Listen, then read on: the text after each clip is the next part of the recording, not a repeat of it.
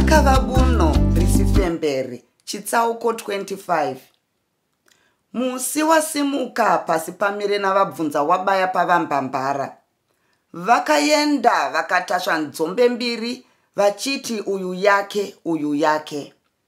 Pasi pamire ainge adzidzira kutasva nzombe iyi nguva yose iya yaienda kwabvunza wabaya kunodzidziswa zvoumhizha nezvimwewo. Saka panguva yavakazoenda iyi ainge asisatye kutasva nzombe, ainge azivira uye azvifarira kwazvo. Vakasimuka pavambambara zuva richangoti vhu. Vakafamba mitunhu nemitunhu kwezuva rose. Nzombe idzi dzaimbomatiswa nguva nenguva, naidzowo dzainge dzazivira kufamba nzendo refu. Vabvunza wabaya vainge vambofamba nadzo rwendo urwu nenguva dzakasiyana, paya pavairongana mudzi wapasi nezverwendo rwekuhwedza uhu. Munzira umu vakadya nyama yechimukuyu yainge yatakurwa nabvunza wabaya, uye vakawanawo michero yakasiyana-siyana munziramo. Rwendo urwu haruna kunyanya kunetsa nokuti paiva nakanzira kaifambwa navanhu komusvasvaira. Zuva richangoti muna amai varo, ivo vachisvikawo munzvimbo yemahumwi kana kuti yamadzangaradzimu, yaiva mukati mezvikomo zvakadyarana-dyarana, yaigara mudzi wapasi. Nzanga dzavanhu dzainge dzakaita unzanzanza muzvikomo umu. Ndimozve maiva naishe nenguo. Zvaitonetsa kuti munhuwo zvake azive paiva naishe chaipo, nokuda kwezvikomo zvaivapo izvi zvaigona kurasa munhu. Uye miti yaiva yakapfita zvakare. Mapako okuhwanda pfumo aivapo akawanda kwazvo, aigona kukwana vanhu vose. Nzizi namadziva asingapwe zvaiva mudunhu irori. Minda yavanhu yaiva mumajeke imomo. Pavakasvika munzvimbo iyi, bvunza wabaya akambomira kuti kunyatsoti kunzvi kusviba, nokuti aida kusvika vasingaonekwe sekuronga kwavo. Kwasviba, vakazofamba vonanga kudanga roko. Pasi pamire aingotevera ari mushure. Munhuwi wemupfudze nekufema kwemombe kwakatanga kunzwika. Nzombe dzomudanga umo dzimwe dzakatanga kukuma nokudzvova pakasvika dzimwe dzainge dzakatasva idzi. Vasvika padanga apa, vakaburuka ndokumira. Gare munhu akati vhuu kusvika chinyararire. Pasi pamire akamboita kakutya nokuti munhu uyu haana kumbotaura zvakawanda kana kuvakwazisa. Akangotora mombe mbiri dziya ndokudzisungirira mune rimwe danga rainge risina mombe panguva iyoyo. Vakatungamidzana voenda kumba. Zvose izvi zvaingoitwa chimukutira. Vakananga kune imwe imba yaiva nemwenje wepfuta dzainge dzakabairirwa pamudziti wemutarara. Imba iyi yainge yakazara kuti shaku navamwe varume vainge vasingataure chinhu. Vapinda vakakwazisana chinyararire pasina aidudza izwi. Vamwe vainge vasinganyatsoonekwa zviso zvavo, sezvo maiva nekarima kemimvuri yevamwe. Bvunza wabaya akaramba akamira ndokuzotaura nezwi riri pasi oti, "Sawira mudzi wepasi. Iri jaya randauya naro ndiro riya randaireva kuti muchaenda naro. Anonzi pasi pamire weshava nyakudirwa. Ndivo vananyanzira vaya. Iwe pasi pamire, murume uyu ari pedyo pangu ndiye mudzi wapasi, wandaikuudza kuti achakutungamirira kuhwedza. Vamudzi wapasi ndeve shumba nyamuziwa. Ndivo vana nenguo varidzi venyika ino. Zvino ava vamwe vose ndidzo hama neshamwari dzamuri kubatana nadzo. Nyamuziwa, mukomana uyu ndaisa mumaoko enyu navamwe venyu. Ndiye ari kundienderawo panzvimbo pangu, sezvo muchingoziva kuti kubva zviya zvandakakuvara gumbo handina kuzogona kufambazve rwendo rwakareba netsoka. Kana mafamba zvakanaka, madzoka, unogona kumuperekedza nenzombe dzako iwe Sawira. Kana watya, unongouya uri maoko chete. Ini ndini ndinozoronga kuzotora ndega kuno zvinhu zvacho. Ndapedza. Mudzi wapasi akati, waita zvako sahwira bvunza wabaya. Mukomana ndamuona, navamwewo vose vamuona. Kana ndamutarisa ndinoona kuti pane jaya rakasvika chairo. Hapana chinonetsa. Newewo pasi pamire, kunyangwe pasina waunoziva pano, asi wasvika mune vamwe varume. Uchazivana zvako nesu tose. Uye uchanyatsotiona nesiwo tichinyatsokuona kwachena mangwana. Chatinongoda kuita zvinhu zvedu takabatana. Hameno kana iye pasi pamire aine chimwe chaanoda kutaura. Akadaro mudzi wapasi. Mazvita nyakudirwa. Nemi mazvimbakupa. Ina handina matama mazhinji kwete. Ndinoda zvangu kutenda vabvunza wabaya. Nemiwo vamudzi wapasi nekuronga kuti ndiendewo kurwendo urwu rwekuwedza. Ndinovimbisa kuita zvose zvamunondiudza kuti ndiite. Ini ndinongova mumaoko enyu. Hapana chandinotya nekuti ndava pakati pavamwe varume. Hezvino pfumo ndinaro ramakandipa vabvunza wabaya. Bakatwa rangu ndinaro. Uta nemiseve ndinazvo. Hezvi vakuru vokufamba navo vakanditungamirira. Mandiisa mumaoko avo kudai. Haiwa, zvimwe zvose zvinodiwa zvava mumaoko avakuru vangu vose ava. Zvakwana zvazvo. Ndinovimba kuti midzimu yedu ichatitungamirira kuenda nekudzoka. Ndapedza zvangu. Pasi pamira akapedza kutaura ndokubva auchira kuratidza kutenda. Vose vakafara namashoko apasi pamire aya. Varume vakakurukura zvavo nyaya dzakasiyana-siyana. Nechinguva madzimai amudzi wapasi matatu akaunza sadza. Akangosvikoriisa pamusuwo chinyararire ndokusimuka zvavo. Vodzokera pasina wavakataura naye. Mudzi wapasi ndipo paakakamurisana vanhu. Mumba umu makasara varume vanomwe. Vamwe vatanhatu kusanganisira bvunza wabaya napasi pamire. Naiye mudzi wapasi vakanopinda mune imwe imba yainge yakangoita seyavainge vabuda iyi. Naiyowo yaiva nomwenje wepfuta. Vapinda vakawana muine ndiro, natuzve dzesadza, vakasvikodya. Mushure mekudya varume vose ava, vakabva mudzimba vovata mudzimba idzodzi dzavaive vadyira. Vakavata vakaita chakapedza mbudzi. Panguva dzamashambanzou, kuchine rukunzvi-kunzvi, mudzi wepasi akamutsa varume vose. Avo vakakumba zvinhu zvavo zvose ndokungobuda mumusha umu chimukutira. Kunyangwe bvunza wabaya akabva angomuka achienda pasina waataura naye.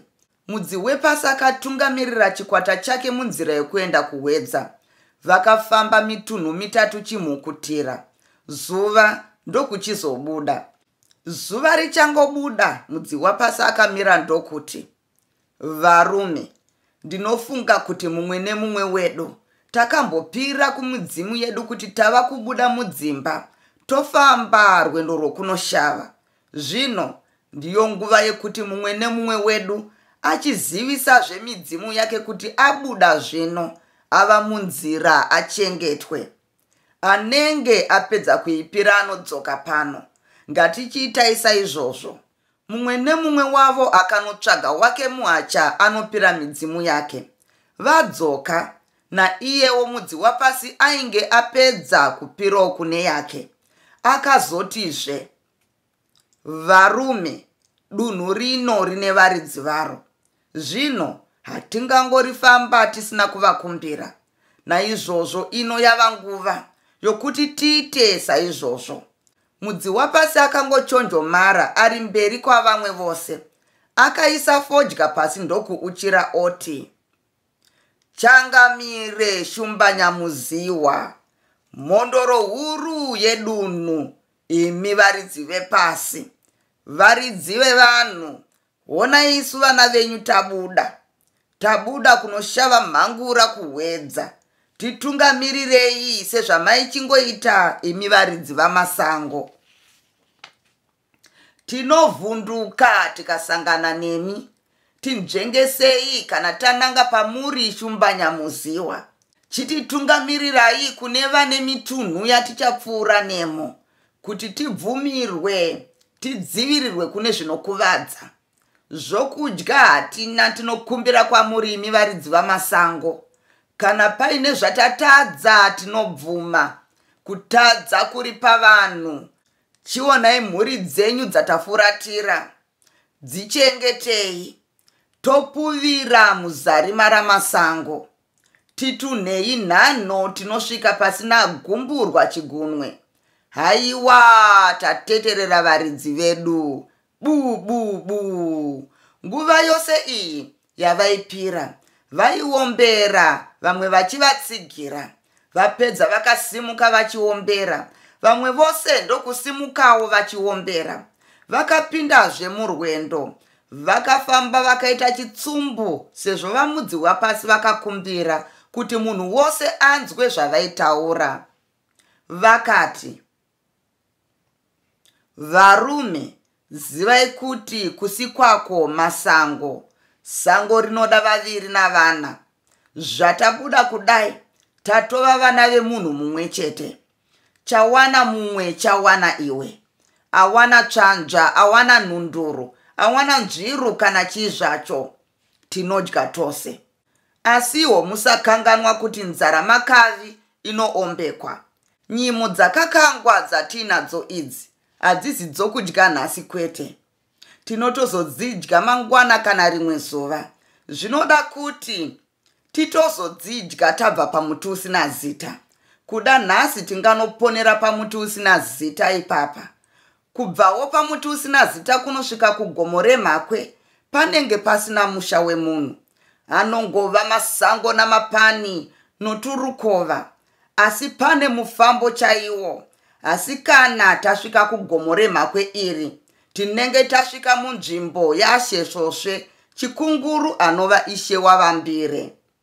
Asi tinenge tisati tasvika kuchikomo chechipangura kunocherwa mhangura. Ndiri kutaurira imi vamwe muri kutotangawo kuendako nhasi. Asi isu vamwe vatatu vedu tinoziva zvose. Asi kwanhasi tinofanira kukandana nokwazvo kuti tigonosvika pamuti usina zita kuchakachena. Tikasvika kwasviba hazvichagona kuti tikumbire zvokudya. Kanawo tiri tasvika nemunzvimbo ine michero, tinotanha todya hazvisi zvekuti tetere nemichero nokuti tiri parwendo. Mobatawo miromo tiri mumasango anoyera. Pamvura hatina dambudziko nekuti tichayambuka tukorodzi tune mvura twakawanda. Uye dzimwe nzvimbo dzine zvitubu. Paitaurwa navamudzi wapasi kudai, vaifamba zviyazvo kuita hachu mukachu chaizvo, apa vainge vachine simba rokufamba vasati vaneta. Mudzi wapasi akaenderera mberi oti, zvimwe zvose zvemachererwo emhangura namagariro oko, nezvimwe zvose ndichange ndichikuudzai panguva dzamanheru paya patinenge tichizorora. Zvemusango hazvizivikanwe. Tomboti tasangana nechikara chesango sechirombo chaicho. Shumba. Haizi yokutiza wega unofa. Tinongomira pamwe chete. Tobata zvombo zvedu zvokurwisa takazvisimudza. Tofamba zvishoma nezvishoma. Tichivinga takashatirwa chaizvo. Tichiomba tisingatye.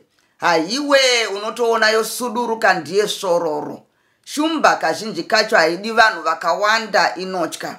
Shumba chete inotyisa ndeiya inenge ine vana vayo. Kana vaine nzara panoita basa. Inenge ichida kuurayira vana vayo. Asi muzive kuti munhu chete anotyiwa nezvipuka zvose. Zvatatova musango kudai tatosanduka. Tatovawo mhuka dzesango. Zvikara chaizvo zvinofanira kutyiwa nezvimwe zvikara zvose. Handisi kukutyisidzirai kwete. Chingo takaenda kuhwedza tisati tambosangana neshumba kana imwe mhuka inotyisa kwete. Kazhinji vadzimu vedu vanotitungamirira zvakanaka kwazvo. Tichingodzoka zvakanaka. Kana paine zvatinenge tasangana nazvo, munongoteerera kwandiri. Zvandinenge ndati toita saizvozvo. Vamudzi wapasi ndivo vaiva vakuru pane vose pazera ravo. Musoro waive wachena. Vaiva vapfupi zvakafanira. vari mudodo mutsvuku, musoro mavo maive muzere ungwaru hwaishamisa. Pakufamba vaikanda nhano zvaikunda varefu. Vazhinji vaitombopota vachinzunzutira, asi ivo vachingofamba chete. Chimwe chaishamisa pavari kuziva nzvimbo dzose dzavaipfuura nadzo. Vaifanotaurira chikwata ichi mutunhu yavaigozosvika kwairi kuti yakamira sei, ine zvikomo zvikuru nemichero yakadii. Mukufamba kwose kwavaiita uku, vakawana michero yakati kuti yetsubvu nenhunguru, nehwada namado nemimwewo. Zuva rogara miti, mimvuri yavo yotanga kureba. Vamudzi wapasi vakatanga kudzosa nhano. Vamwe vakafunga kuti pane chavainge vaona. Vakatsaukira pabwe raiva kuruboshwe rwavo. Vakanomira vakazembera pariri ndokuti, varume, tasvika zvino munzvimbo yemuti usina zita, nzvimbo inoyera, haipindwi nemuroyi kana mushinwi, kana ane zvibatwa-batwa, kana ane gona rakaipa. Kana aripo, paya patinoenda panzvimbo pane muti wacho chaipo, iye munongomuona obuda mukati mavamwe adzimaidzwa. Ipapo anenge asisaone vamwe kana kuziva zviri kuitika. Kana moona zvoitika kune mumwe wedu, kungomusiya akadaro, isu vamwe toenderana mberi. Kana pakati pedu tiine munhu akadaro, zviri nani kuti asare zvake pano, isu vamwe tichienda kunokumbira zvekudya. Zvino kana tosvika pamuti wacho, tichasiya zvombo zvedu namaguchu edu pandichakuratidzai. Kubvawo ipapo tichafamba namabvi edu takaita mudungwe, tonokomberana muti wacho, munenge muchingotevera ini nguva dzose. Tinenge tichiita hwenhongotowa dzinofamba dzakatevedzana. Ndikakuratidzai kuti muswededzane kana kusuduruka, kana kuita chimwe zvacho, imi munenge makaisa maziso enyu kwandiri. Hapana anofanira kutaura kana kuita chimwe chinhu zvacho. Kana ndagutsikana kuti mose mava panzvimbo dzakafanira, ndichauchira ndakapfugama kudaro. Kana ndamira, nemiwo munobva mamira kuuchira kwacho. Tangomira kuuchira kudai, tinobva tangotsinzinya tose. Takatsinzinya kudai, ini ndichakumbira zvokudya kuna Nyadenga. Imi munongoramba makapfugama uye makatsinzinya. Kunyangwe ndikauchira, imi munongoramba makanyarara makatsinzinya. Hamuuchire. Kunyangwe mukanzwa kuzungudzwa kwemuti uyu, kunyangwe imwe mheremhere ipi zvayo inoitikapo, imi munongoramba makatsinzinya chete. Kana mazonzwa izwi richitaura, risiri izwi rangu, izwi rinotaura richinonokera kuti munhu wese anzwe, kana riine zvarinenge ratiudza kuti tiite, ndiko kuti munhu wese asvinure, zvino achiita zvarinenge rareva kuti tiite. Anenge asvinura asati audzwa nezwi iri kuti asvinure, ameno zvake. Anenge asvinura anomwayiwa ivhu mumaziso. Ivhu racho haribvi kwamazuva 3, nyange rikafuridzwa zvakadii. Uye hapana anombofuridza uyo anenge amwayiwa ivhu iri, nokuti anenge ari munguva yokurangwa. Rinozobuda rega. Zvakanaka, indapedza. Muti wacho unonzi muti usina zita. Ndiwo uyo wakati dzu padyo nezvibwe izvo zvitsvuku. Tatosvika, chinditeverai. Vose vakatevera vakanyarara. Pasi pamira akabva angoti namudzi wapasi kwati, otya kuti akaenda kure, navo angakanganise pane zvinodiwa. Vamwe vakazviona kuti mukomana uyu ainge otya kuti ava kure navamudzi wapasi ndokumurega aripo. Munhu wose ainge akanyarara, kufema chete nekurova kwehana ndizvo zvainzwika. Vamudzi wapasi vaifamba zvishoma nezvishoma, zvine rukudzo uye maziso akatarisa mberi chete, vasingacheuke. Kwasara nhano dzinosvika 30 kusvika pamuti paya. Vamudzi wapasi vakamira ndokutanura zvose zvaiva pavari zvombo, namaguchu ndokuzvisa munyasi mechibwe chaivapo. Vamwe vose vakaitawo saizvozvo. Vaona kuti munhu wose aisa zvaiva nazvo zvose pasi, kunze chete kwezvavainge vakapfeka. vakapfugama munhu wose ndokugwadamawo, ndokufamba namabvi musoro wakasimudzwa vakananga kumuti uya. Vamwe vose vakaitawo saizvozvo, vainge vakazvipeta chose. Mudzi wapasi vaiti vakafamba chinhambwe chingaite 5 vombomira, vouchira vakatsikitsira. Vamwe vavo voita saizvozvo, hapana shoko ravaitaura, kwaingova kuuchira chinyararire chete. Vakaramba vachiita izvi kusvikira vopedza muti wose. Vainge vakaita denderedzwa vakasiya nhano dzingaite 5 kubva pamuti uya. Vava panzvimbo dzaigutsa vamudzi wapasi, vakatanga kuuchira. Vamwe vose ndokuuchirawo naye pamwe chete. Kuuchira uku kwaienderana zvakanakisa. Vakauchira kwechinguva vakangonyarara. Vamudzi wapasi vakanonokera kuuchira uku, vachiita zvokuuchirira pasi pasi, ndokuchizobva vomira kuuchira kwacho. Vamwe vose vakaitawo saizvozvo, vakakotamisa misoro wavo pasi ndokutsinzinya. Vamwe vose vakaitawo saizvozvo. Papera chinguva, vamudzi wapasi vakaomberazve voga ndokuti, hezvo tavirimawo kwamuri imi varidzi venyika, imi nyadenga, musiki chipavhurire. Ndisuwo vana venyu tasvikawo pano, tiri munzira kubva kwanenguwo, tiri kunoshavawo kunyika yavambire. Tafumorova netserwa kubvako zave. Munzira mose umu tangopona nemichero yenyu zave. Chinobataura ndicho chotochema nacho, nyoka dzochema, wenyimo mutetenerwa tinawo. Asi tachengetera kuzodya munzira tonanga kugomo remakwe, toziya nenzara zave. Tinotsvakawo kuraramiswa nemi. Tongotarisa nokunzwa kwamuri imi muchengeti wevari parwendo. Ndicho chikumbiro chedu ichi, isu vana venyu mudzimu mukuru. Akaombera kwechinguva chipfupi ndokunyarara. Pakatevera runyararo runenge rweguva. Papera chinguva chakati kuti uye munhu wose akangotsinzinya. Kamhepo kanotonhorera zvaitapira kakati vhuvhutei zvakanyorovera. Mushure meizvi ndokutevera kamhepo kaiva nemudziya waitapirazve.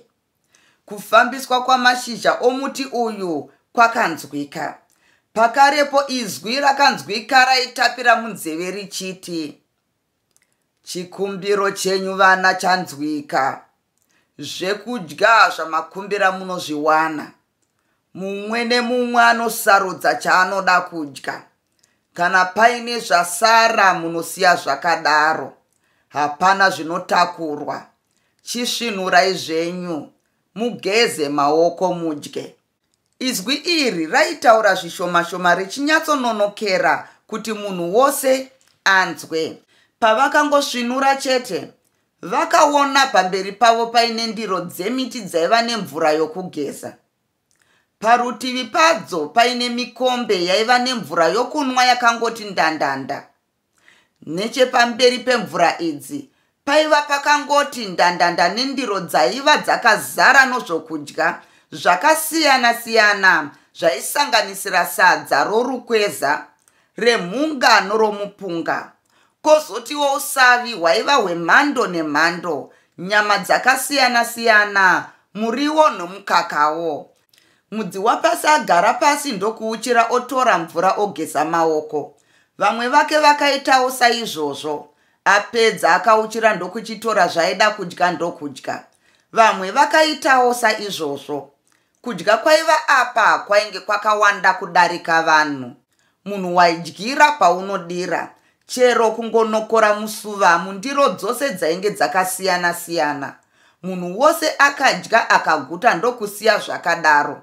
Vapedza kugeza maoko okupedza kudya, mudzi wapasi akapfugama. Vamwe vose ndokuita saizvozvo. Akatsinzinyazve ndokuuchira oti, tinotenda changamire zave. Tadya taguta zave. Changamire, payadyira handipo painozeyera.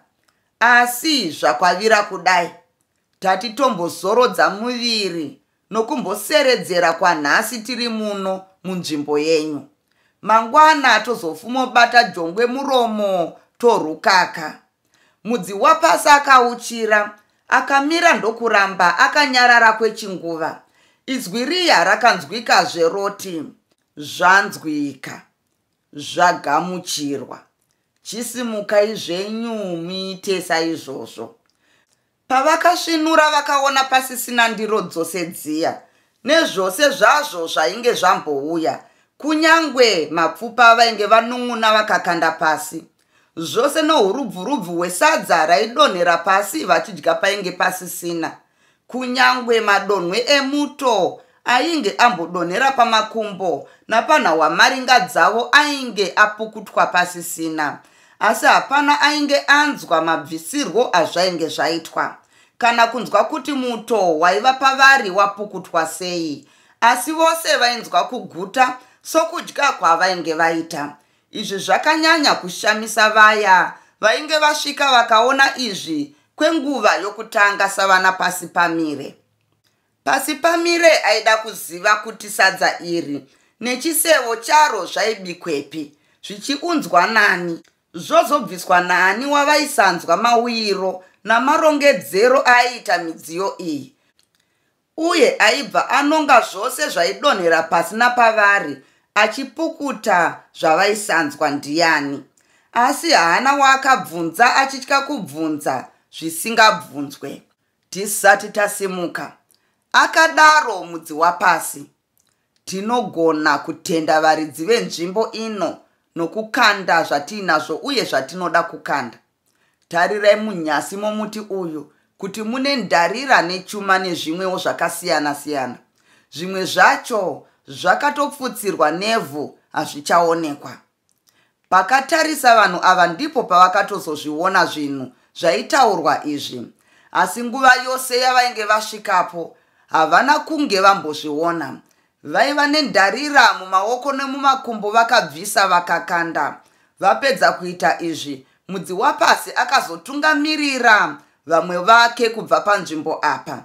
Vakabvazve vachifamba namabvi, vachingouchira kana vati fambei fambei. Vakasvika paya pavainge vasiya zvombo zvavo ndokuzosimuka. Hapanazve akataura nomumwe, asi kuti vakangotora zvinhu zvavo chinyararire. Mudzi wapasi akadzokera navo shure zvishoma, akananga nechekumabvazuva. Vakasvika pazvibwe zvainge zvakafukidzwa nemitsamvi ndokumirapo. Mudzi wapasi ndokuti, varume, pano ndipo patingarare sekukumbira kwataita. Asi ndinoda kuti muzive kuti tichiri munzvimbo inoyera, haizi yokuita zvose zvose. Vane kwavanoda kuenda munotoenda kuchisango icho kunze kwenzvimbo ino. Munhu wese anotoona kuti waenda kure kusati kwasviba. Zvino vamwe mose endai munotsvaka huni hobvu dzokuti tirare takaisa moto pano. Asi vamwe vaviri ngavasare pano vachisika moto. Chiitai nokukasika, hezvi zuva rava pedyo nokuvira. Munhu wose akaita sezvainge zvarayirwa. Mudzi wapasi akasara agere zvake panzvimbo iyi, akazorora. Varume vose ava vaiva 12. Vamwe vose vaiva vanasaimba. Pasi pamire chete ndiye oga ainge asati awana, uye ari iye aiva muduku kuna vose. Nzvimbo yomuti usina zita iyi iri pamutunhu wakakwirira. Panzvimbo apa paingova nemuti uyu chete mukuru. Kunze kwemitsamvi iyi painge pagerwe namudzi wepasi. Painge pasinazve mumwe muti mukuru. Mimwe miti yainge iri munzvimbo iyi yaiva yamitsati-tsati nechigunguru, asi yose yaiva mipfupi.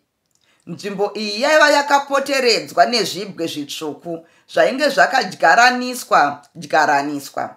Vaya vokuhuni vakadzoka vakagukuchira huni dzakawanda.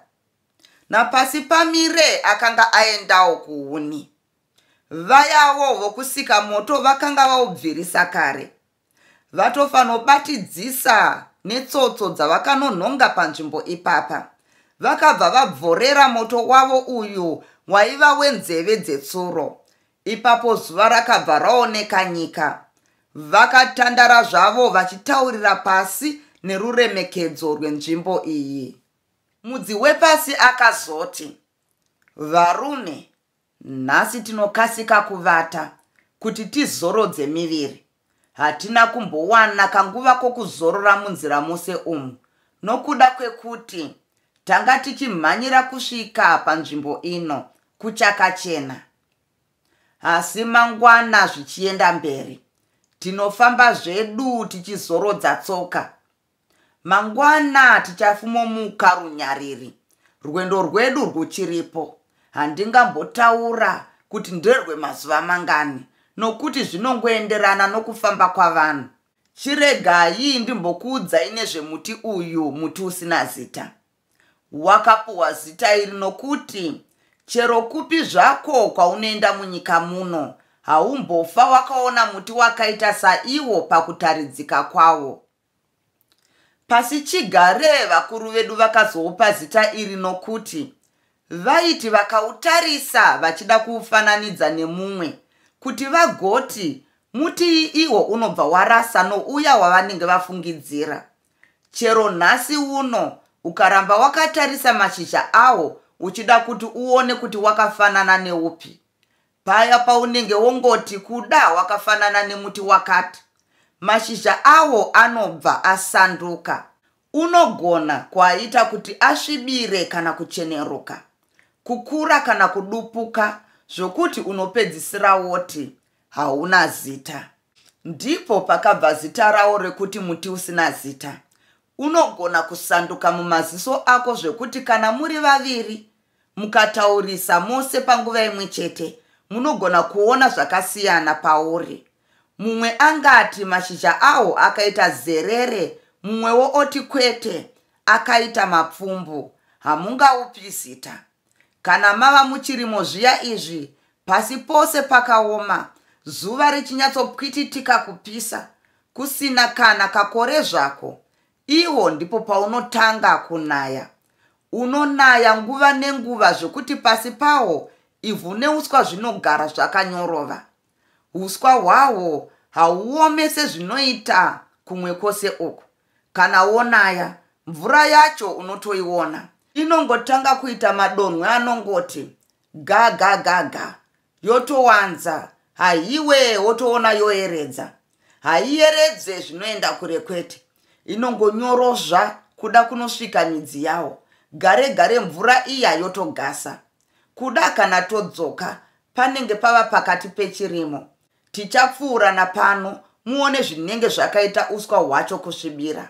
Imwe nguva tinogona kuita mhanza yakanaka kuona uchinaya.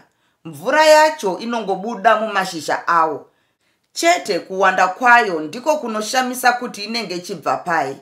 Asiwo zvinonzi kana uchangobva mukunaya kudai, kana kuti tongoti iwo musi waunonaya uyu muine nzara, motomirira zuva rinotevera racho. Kudya uku kunongokumbirwa chero nguva. Kuda mberi kwedu kwanga kuine vamwe vambosvika napano vakakumbira vakapuwa. Hapana anokumbira achinyimwa. Hazvina mhosva kuti makawanda zvakadii, kana kuti muri vashoma zvakadii, chero muri vanhu vasina tsvekwa. Kana vanhu vakasvika vasina kuziva kuti ndiwo musi wawanaya, vasati vasvika pauri sokupfugama kuya kwatanga taita, toenda kwauri tichiuchira, unobva wazvifukidza nemhute zvekuti hamumbouona. Imwe nguva mhute iyi inotanga kupwititika muchiri kure, zvekuti munobva mangoziva kuti kwanaya, hapasvikwi. Hakuna chaizvo anonyatsoziva kuti zvokupuhwa kudya pano zvakatanga sei, uye kuti ndiani akatanga kukumbira. Zvinhu zvatakangozowana zviripo, kunobva kudya nekwakunoenda, neanouya nako neanozokubvisa, hapana anoziva. Chatinongoziva chete kuti ndezvevaridzi. Haungazvitsvake ukazviwana. Chinhu chikuru ndechekuti vanhu vanoponera pano vanenge vafa nenzara. Ino inzvimbo inoyera kukunda dzimwe dzose. Saka zvatiri kurara pano hapana kana chii zvacho chinombotiwana. Zvinonzi chero ukaona chikara chakadii munzvimbo ino, usambovhunduka zvako. Hapana zvachinombokuita kana uri munhu asina tsvekwa. Chako kungozviendera kwaunoenda, usingambotiza zvako. Munogona kungopfuudzana pasina kutya kana chaunomboitwa. Zvese zviri pano ndezvevaridzi. Chero vavhimi vakawana mhuka pano, havaibaye naiyowo haitize. Ukada kuibaya, haibayike. Unoitadzirira iyo imire zvayo, yakangokutarisa. Ndizvo zvimwe zvenzvimbo ino izvi. Vakazorara vakaita murakatira nokuneta, asi vaguta. Ndatenda nekuteerera kwenyu.